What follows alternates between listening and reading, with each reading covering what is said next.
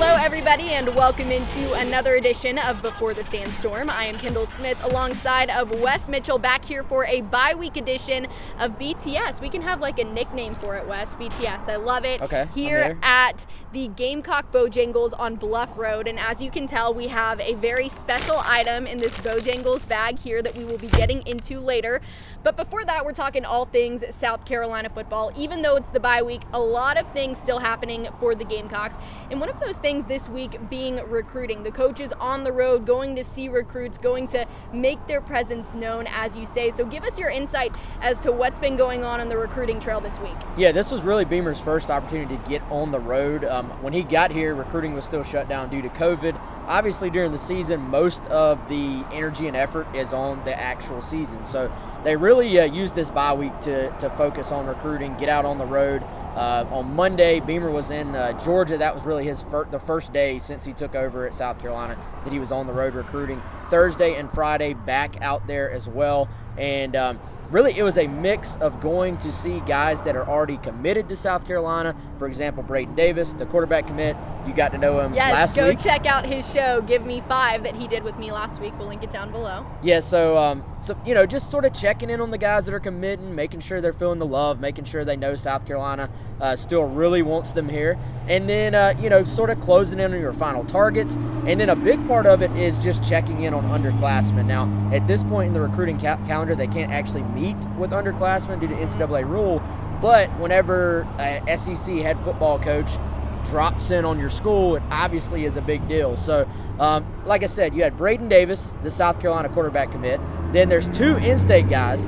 You actually have Jaden Bradford, who is the Chapin quarterback. Okay. Then at Catawba Ridge, you have Jaden Davis, who is their quarterback. Both class of 2024 prospects, both quarterback targets for the Gamecocks. And South Carolina saw both of them on Thursday with Shane Beamer dropping in on their high schools. So, again, Beamer is going to be all over, but we like talking quarterbacks here on the show. People love to hear about quarterbacks. So a quarterback focus, I would say, with Beamer and the staff's stops this week. Talking about quarterbacks there, let's talk about the quarterbacks currently on the team for South Carolina. As we know, Zeb Noland underwent a minor procedure earlier in the week for a tear in his right meniscus. Do you know anything about what the deal is for next week when South Carolina takes on Florida? They say Zeb should be available at that point, but do you foresee Jason Brown starting? I think you have to lean towards Jason Brown probably getting the start. I mean, you notice they said Zeb will be available, not Zeb will start. And, I think the amount of practice time you're going to miss, even if he is cleared going into that actual game, the amount of practice time you would have missed. They practiced 3 times, Monday, Tuesday, Wednesday during this week. They had a lift on Thursday. Then, of course, they'll have their full week of practice next week as well. So, with missed practice time, the fact that Jason Brown got in the game late last week, the fact that they've sort of shuffled through quarterbacks now due to injuries, it just feels like this might be Jason Brown's opportunity. If he doesn't start, which I'm sort of projecting that he will, you'd imagine he's at least going to get a shot to go play. But it probably just makes more sense right now, if you sort of look at it, to have Zeb Noland available off the bench, sort of like he was, the Vanderbilt game when he came off and had the big touchdown drive. But, give Jason Brown a shot maybe. Well, Wes, this week, the bye week for South Carolina, but still lots of college football being played throughout the country. So tell me, I know you're going to be watching football this weekend, so what are those games you are most looking forward to in South Carolina's bye week? Yeah, so I actually have a bye week viewing guide on Gamecock Central right now. It's a free story. That is like commitment right there. Yeah, so if you are just a little bit worried about just not knowing what to do with your hands or something during the day today, go do the honeydew list in the morning. Then at noon, you actually have Michigan State on Fox. That's 2 teams that are undefeated. They're both 7-0, 4-0 in conference. That's a pretty good game. At 3:30, you could maybe watch Clemson lose again. They're playing Florida State. So Kendall's letting her student side show out here with that smile about just I have no comment on that one. And then Florida-Georgia at 3:30. Georgia's a big favorite in this game, but for one, if you're a Carolina fan, you got to go ahead and get your scouting report for next week. South Carolina, of course, playing Florida. That game, though, Florida hasn't been blown out by anybody this year. All their games have been within a touchdown. It could be closer than you think. Tonight, you actually have Auburn against Ole Miss. Auburn a slight favorite in that game.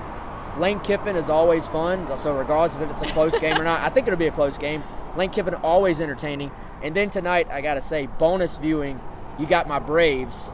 I'm going to be at the game, by the way. Oh, my gosh. I'm going to be at the World Series. So at 8:08, if you're a baseball fan, you got to be watching the World Series. So it's still a pretty good – guess what? If you're a Carolina fan, you don't have to be nervous about games today. You just sit back and enjoy, and I don't know, maybe have a still hands beer while you're watching the game. I was about to say, you being at the Braves game, there's no need to mix in any waters, as Mike Yuba would say. We are segueing it up which here. is a great segue into why we are here at the Bojangles today. So some of you probably saw last week on Before the Sandstorm that Wes and I both admitted to the fact that we have never tried the Yuba. Did we admit that already? I think we did. Okay, we did admit it. I was going to say, it's already out in the public. If we didn't already, then we need to admit it. But we already did. Yeah. And this is, by the way, we need to point this out. This is not a paid segment. This is not like a sponsored deal. This is just our welcome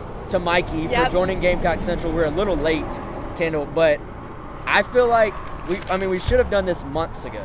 Right. You weren't working with us yet when this came out. I was not. Yuba wasn't working with us yet when this came out. So we have the Yuba today, and we are going to try it. And Wes ordered it, and he got half of it iced. So we're going to be trying just the regular Yuba and then the Yuba with some people icing. get it iced. So so we had to go both ways. Show the camera. We got a little. There's the Yuba up close and personal. Shout out to our buddy Mikey. Yeah, shout out to Mike Yuba for having a Bojangles sandwich named after him. And let's say, first of all, just admit you don't think you're going to like it. I don't really eat fried chicken that much. I mean, I like fried chicken, but all right, I actually think it smells good, y'all. She's freaking out. All right, let's oh gosh. Let's do this at the same time. All right, cheers. Cheers to Mike. Boom. All right, here we go.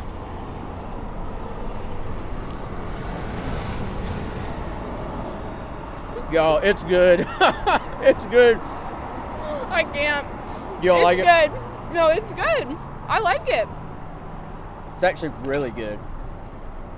I was very suspect about the Bo-Berry biscuit because I didn't think that it would taste good with pimento cheese. But the pimento cheese is like the overwhelming taste in this, which is good because that's my favorite part about it. All right, I'm going in on the icing. All right, let's try the icing. Here we go. I don't think I'll like the icing. It's good too. Oh gosh, I'm making a mess. It's definitely sweet. I don't know. Which do you like better? The regular. I don't like the icing. The icing is too much. It is very, the icing is very sweet. And now I've made an entire mess with my hands. Thank you. Thank you for the napkin. You know what? What would you give it on a scale of 1 to 10?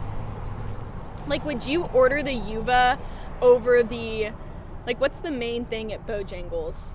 Like Cajun filet biscuit, maybe. Yeah, Cajun filet or like. I think I would, honestly.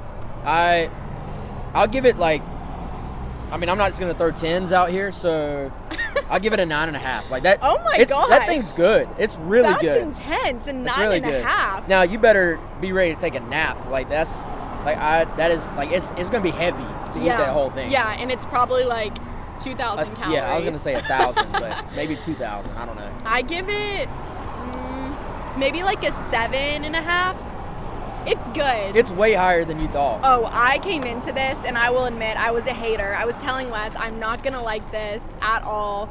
It sounds so gross, like with the pimento cheese, the fried chicken, and the Bo-Berry biscuit, but it's actually good. So shout out to Mike for this great combination. He didn't even really come up with it. It just accidentally stumbled upon him. He shared it with the world once he got it. But he has a sponsorship with Bojangles now, and he still hasn't hit us up with any Bojangles merch. Yeah, and we paid for this biscuit, Mike. So, so Mike, I don't know, I thought we'd get some free biscuits at some point. I'm seriously disappointed, but not disappointed in the Yuba. Good stuff. First time trying it, not bad at all. But let me say, eating on camera is weird. It's like so talking weird. Sports on camera, not a problem. Eating with people looking at you and possibly getting icing all over your face, I have all new respect for the people at Food Network. So Alyssa Lang at the Mississippi State game last week, she was eating on the sidelines, and I think she just like picked up, it was like mashed potatoes with her hands because she didn't have a fork. I don't know if it was mashed potatoes, but it was something. And it was truly iconic. And she did that on the SEC network. So if she can do that, former Gamecock Central employee Alyssa Lang, now at ESPN, can eat without a fork on SEC network. I think didn't she drink Andy's Deli sauce? Yes, she did. And Williams-Brice. She ate a banana with the peel on it. She did the mayo and coffee. I can't do that. Like, she's truly made a name for herself, not only as a reporter, but as a food aficionado. So I love it.